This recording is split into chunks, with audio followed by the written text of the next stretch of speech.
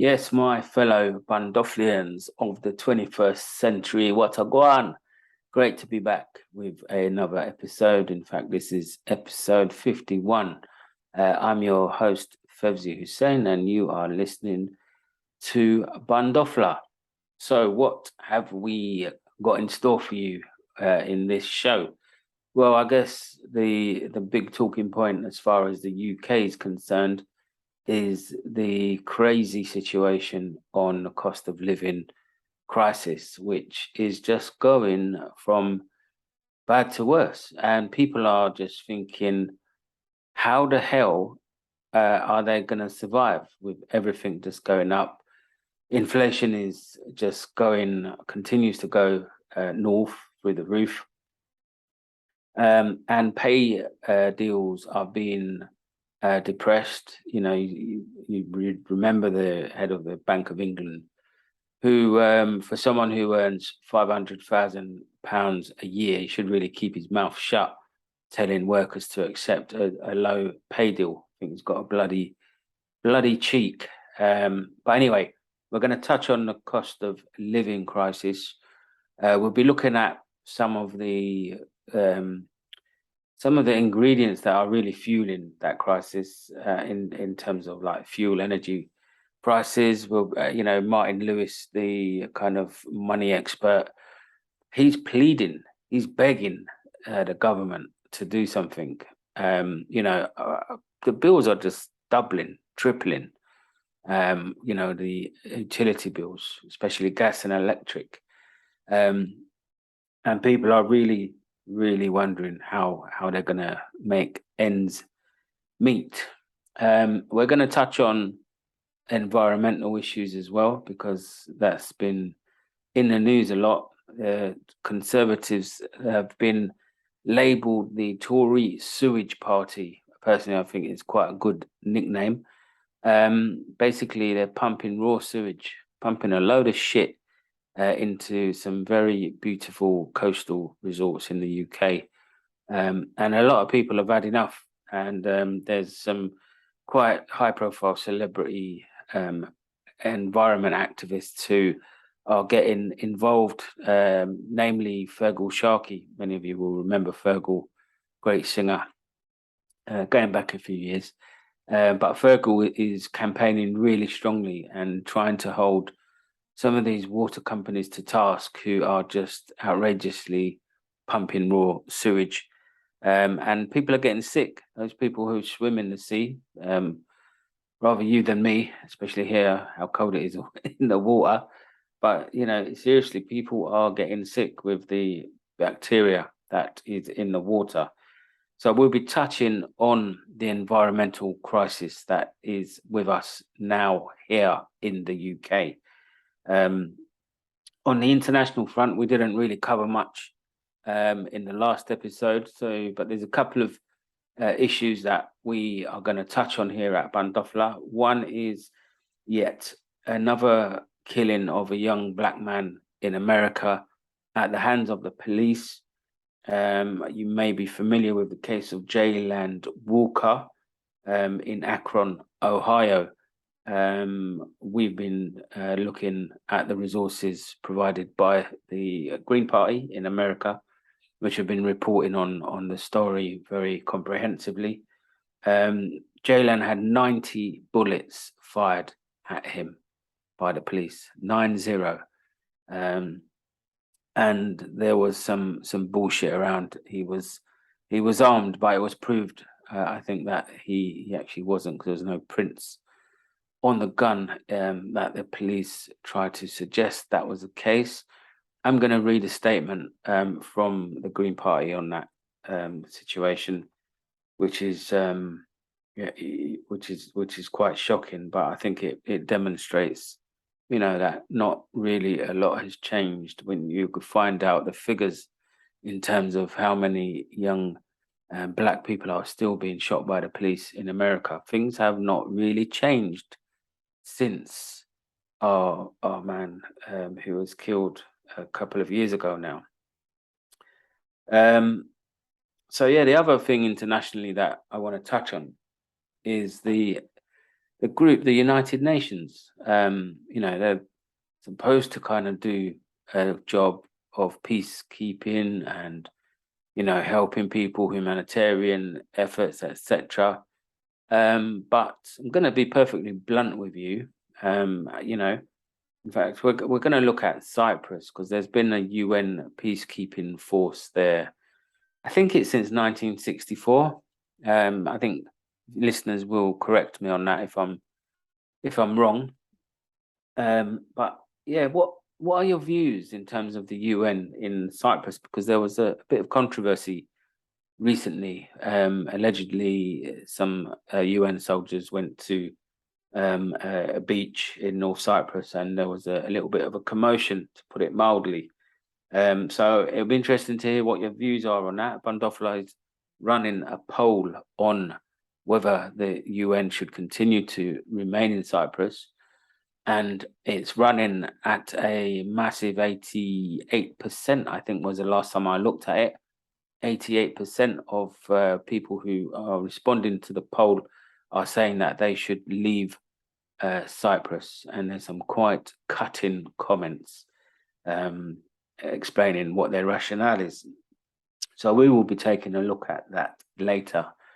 Going to also touch on the Enough is Enough campaign. I think that's going to be a real big continuing topic of conversation.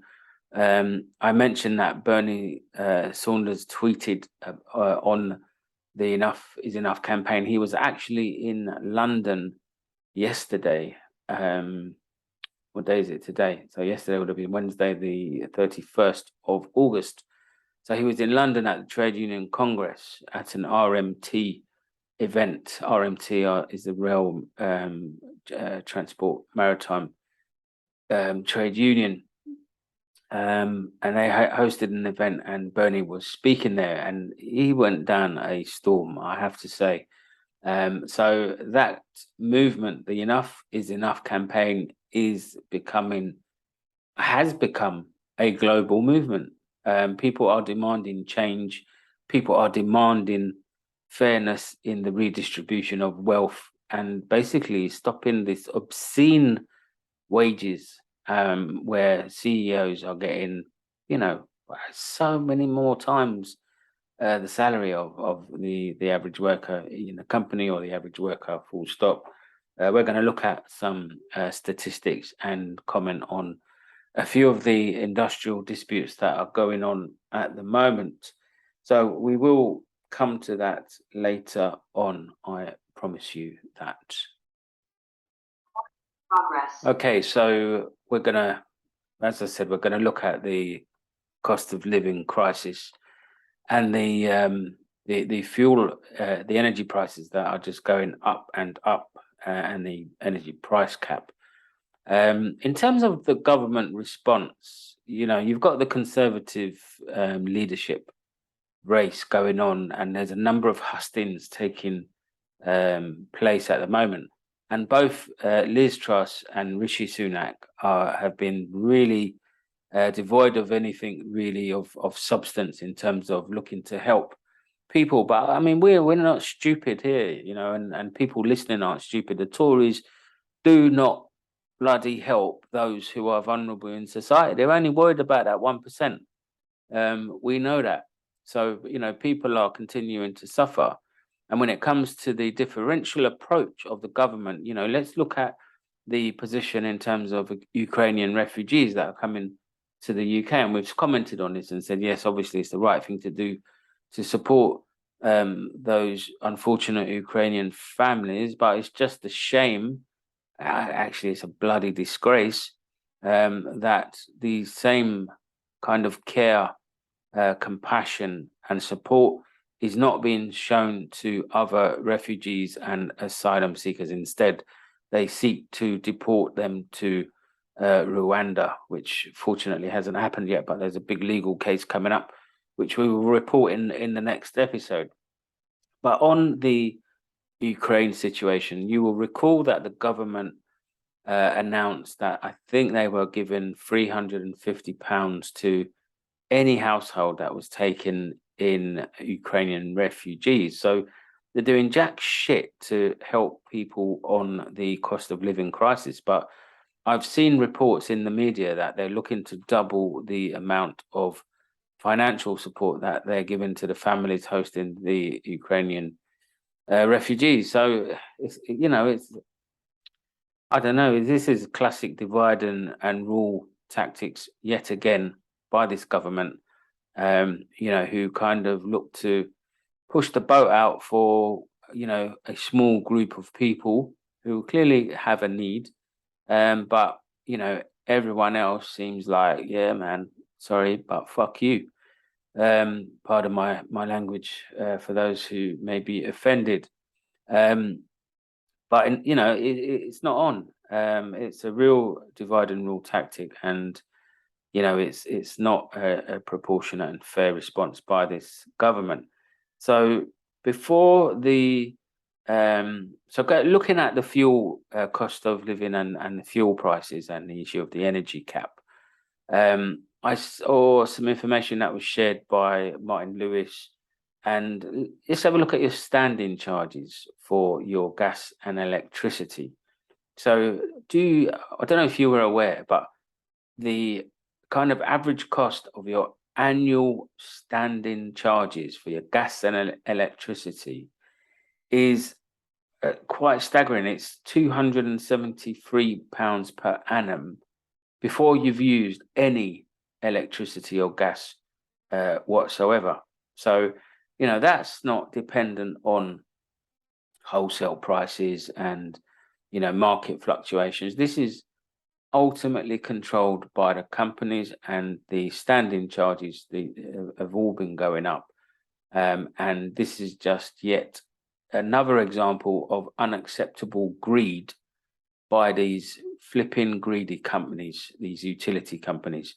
And they really need to be careful. Their reputation, their credibility in the eyes of the general public is just so poor at the moment. And I think that if any executives in any of these water companies or gas companies, electricity companies, you need to really review your situation with your standing charges and significantly reduce them. Don't be coming up with any other crap ideas, where getting subsidies from the government, because you still get the money, you still get the profit. It's time for your profits to be capped. You're capping your energy price. You keep lifting the cap on the energy prices. You should bloody cap your profits so that it comes back to those customers who are struggling. There, I said it. So the latest hike, which was just announced by Ofgem, was yet another. It was 80%, an 80% increase on top of the previous increase. So it's the price cap, the energy price cap was meant to protect consumers, and that clearly isn't happening now. It's in fact harming consumers in a dramatic way.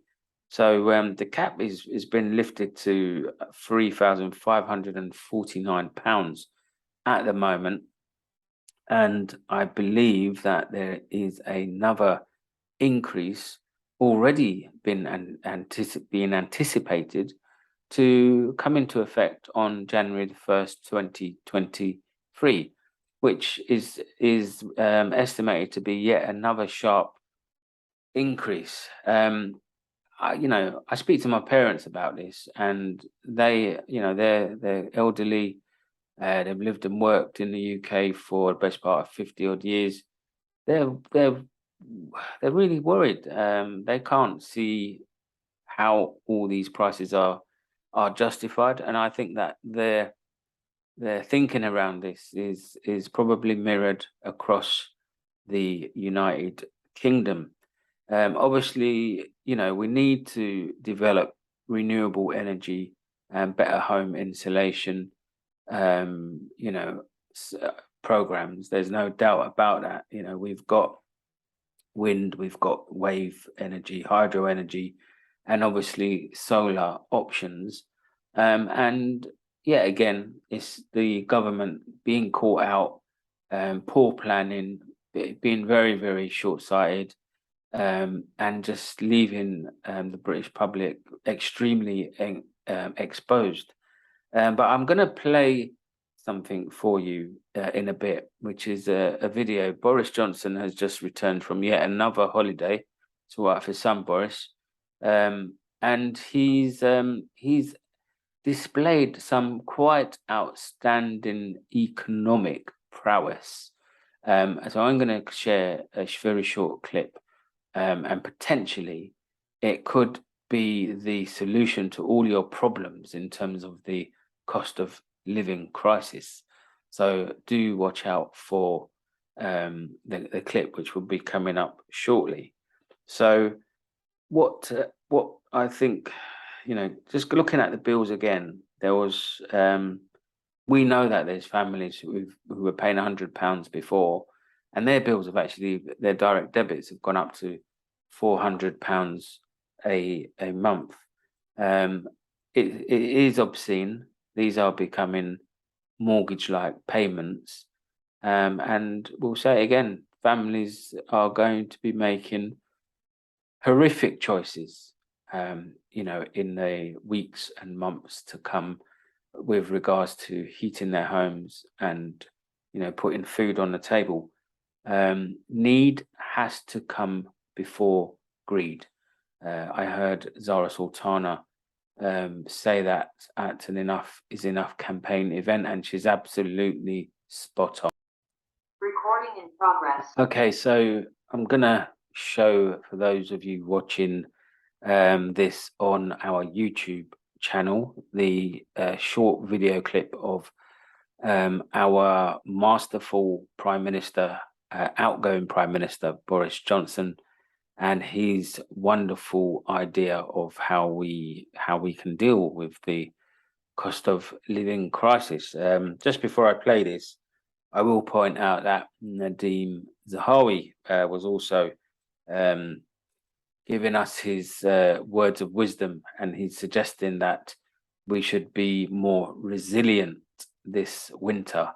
And I think Nadine Dorries also made a comment suggesting that we should all buy a dog or something so that we can cuddle up to.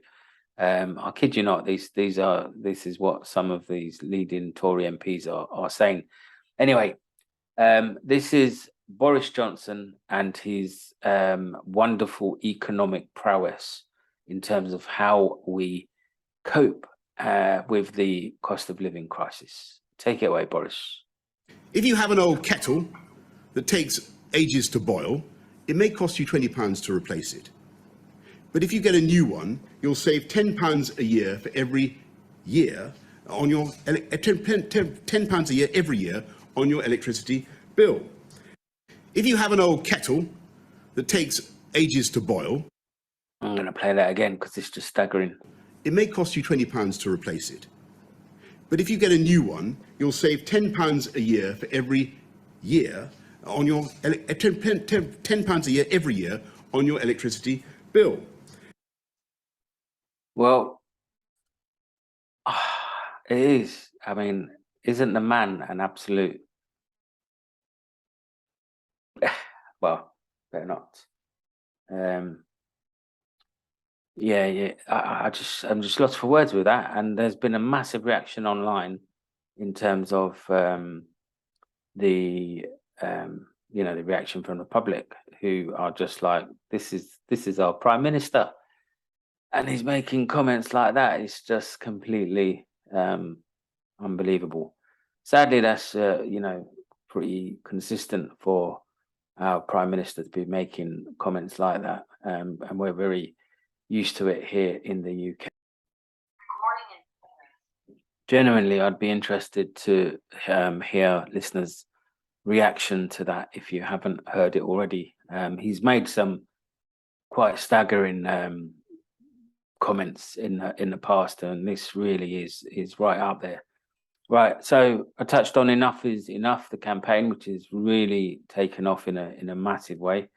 I think when it comes to the trade unions in the UK, there's loads of industrial disputes, going on. And, you know, there's the TUC Congress is going to be happening later on in September, and the unions will be no doubt looking at and exploring, discussing the possibility of, you know, how to maximize the impact of these industrial disputes, whether you want to call it a general strike or certainly the coordination of these industrial disputes, which we are seeing already, actually. It'll be interesting to see what motions are passed and what is discussed. But in terms of the trade unions who are in dispute, I think that there are some outstanding trade union leaders at the moment who are playing a masterclass when it comes to dealing with the media, because the media have got their own agenda. They're desperately trying to get the public to turn against the unions. But when you look at the RMT and the train drivers dispute, when you look at the Communication Workers Union and the disputes that they've got in Royal Mail and with BT, I think that the likes of Mick Lynch, you know, Eddie Dempsey, Dave Ward, Terry Pullinger, at the UCU, Joe Grady, whose members are also voting for industrial action, and also the NUJ members who have been on a strike this week. The way those trade union leaders are responding to the media is absolutely brilliant to see. It's showing the trade union in a really healthy, fighting, strong light. And I think, you know, just this week, over 150,000 CWU members have been on strike. It's the biggest strike for over a decade in the UK. Are really solidly supported by CWU members. So fair play to all of those trade unions. And just touching on BT, their CEO Phil Jansen has been nicknamed Food Bank Phil. They set up a food bank in one of their call centers, I believe, which is a complete and utter piss take. You know, just sort the workers out with a decent pay rise, Phil. Put the food bank gimmicks to one side. If you pay your staff a decent wage, the chances are they won't have to go to a food bank. This is a man who awarded himself a 32% pay increase, according to reports on the media. He earns 86 times what the average worker earns. I believe that their profits announced were 1.3 billion, and over 750 million pounds has already been given to shareholders. And, you know, who's made the profits? It's the workers. It's as simple as that. And this whole narrative, this whole way of thinking that people at the top of a company get so much of the cream has to stop. You know, there has to be a much fairer distribution of those profits, of the wealth, with the workers who helped to create that profit. It's the workers who get the profit. So they deserve a fair share of it. And it's a similar story in Royal Mail. Hundreds of millions paid to shareholders, record profits of something in like 750 million pounds. And their CEO, Mr. Thompson, is pleading poverty. And this is after, I believe, according to some reports that I've read, he received bonuses of about £1 million, him and the chief financial operations officer. So there is an issue of fairness which must be addressed, and this program is all about you know, covering the rights and pushing the rights of the working class, pushing a socialist agenda. And when it comes to those disputes, we are 110% fully behind the workers and those trade unions in dispute. So solidarity from Bandofla. So we're going to touch on on an international note now. We're going to go over to Ohio and the really shocking details around the killing of Jayland Walker, which happened at the end of June. So, according to the source, the source that we've identified, helpfully, thank you to the Green Party of the United States, the National Black Caucus group issued a statement. Basically, it goes as follows: the Green Party of the United States National Black Caucus condemned Akron police officers' killing of Jayland Walker on June the 27th, 2022. Police officers fired more than 90 bullets at Walker. He was not carrying a weapon when shot and killed. Police initially claimed that he had fired at them. The gun in question did not have Walker's prints on it and was found to be registered to a white man living in another part of Ohio. So, you know, it's clear that there's still major problems going on in terms of young black men and women who are being killed by the police. The Green Party caucus group went on to say that they call for an end to police brutality, immunity, and abuse of power. And again, Bandofla sends its solidarity, and you know, something must be done to end these horrible injustices. As effectively, I don't know, some people call it state-sponsored killing. You know, it can't go on like that. I think there was something else in that report that said over 313 people had been killed in the last 2 years, or it's a shocking. It really is a shocking statistic. We've just checked that statistic, and it's 313 young black men were killed in 2016 alone. 313. You know, so it's you know, some people bizarrely question the Black Lives Matter movement, thinking, you know, saying that all lives matter. No one's saying other lives don't matter, but unfortunately, there's, you know, a serious problem. Disproportionately, we're seeing young black men dying at the hands of the police in America. So, thank you to the Green Party for that source.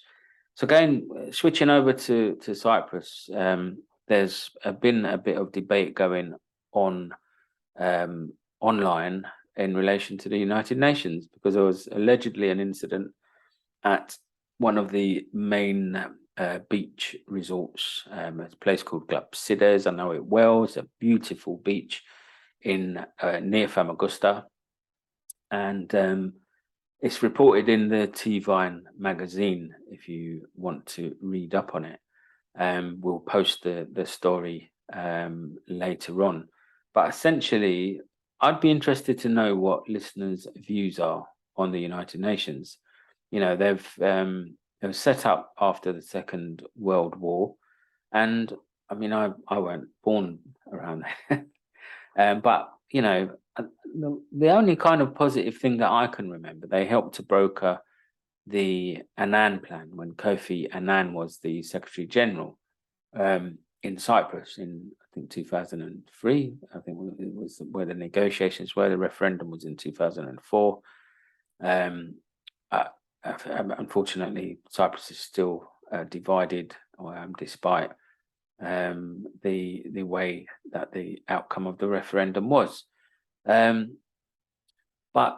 unfortunately, there's a lot of people who are understandably critical of the United Nations. My earliest memory was the Balkans war, and you know, the issues around Srebrenica, for example, and there was UN soldiers standing by and basically watching Muslim men, women, and children being killed, being murdered.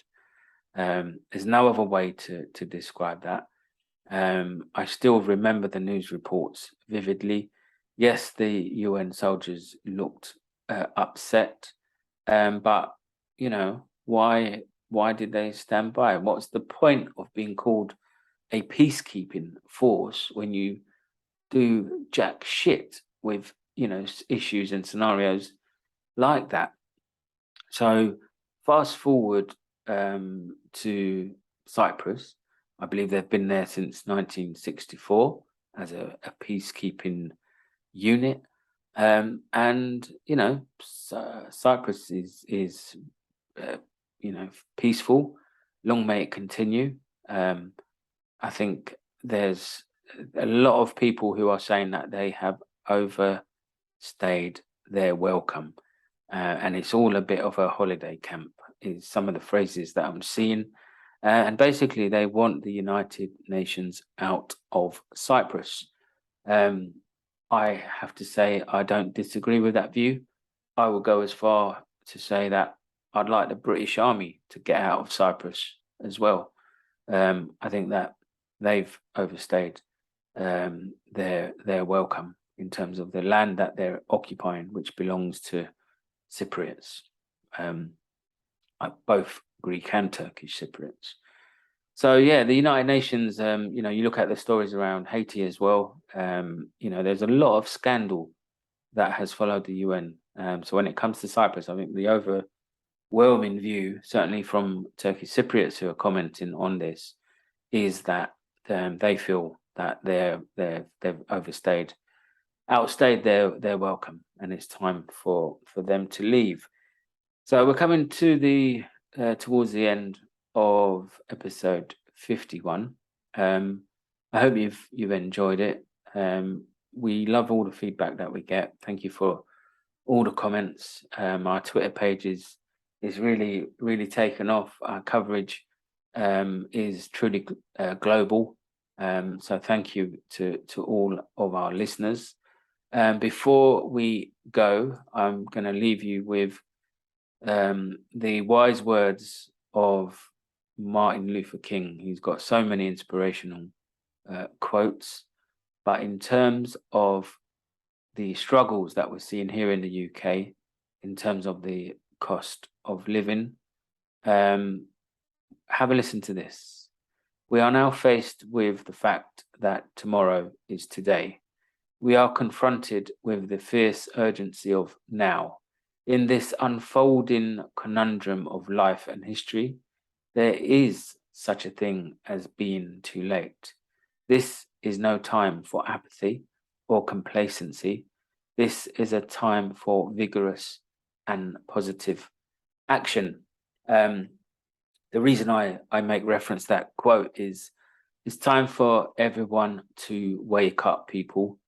You know, people took to the streets when the poll tax was introduced because people recognized the unfairness of that tax. These charges are grossly unfair, and you, at the very least, need to wake up and challenge your MP. It's their job to represent your views. Lobby your MP. Look out for the Enough is Enough campaign. There's already 500,000 people supporting that in just over a few weeks. It's quite phenomenal. So look out for their events and please support Enough is Enough. We certainly feel that enough is enough here on Bandofla, and it's time for people to wake up and let this government know, and those companies that are making obscene profits, that we're not going to take this shit anymore. So from me, Fevzi Hussein, I'm your host. You've been listening to Bandofla. You can follow us on Twitter, please. We can be found at _Bandofla, BANDOFLA. Nearly forgot how it's spelled again. You can email us at podcastbandofla@gmail.com. So hope you've enjoyed this show. You please keep safe, keep well. Adios.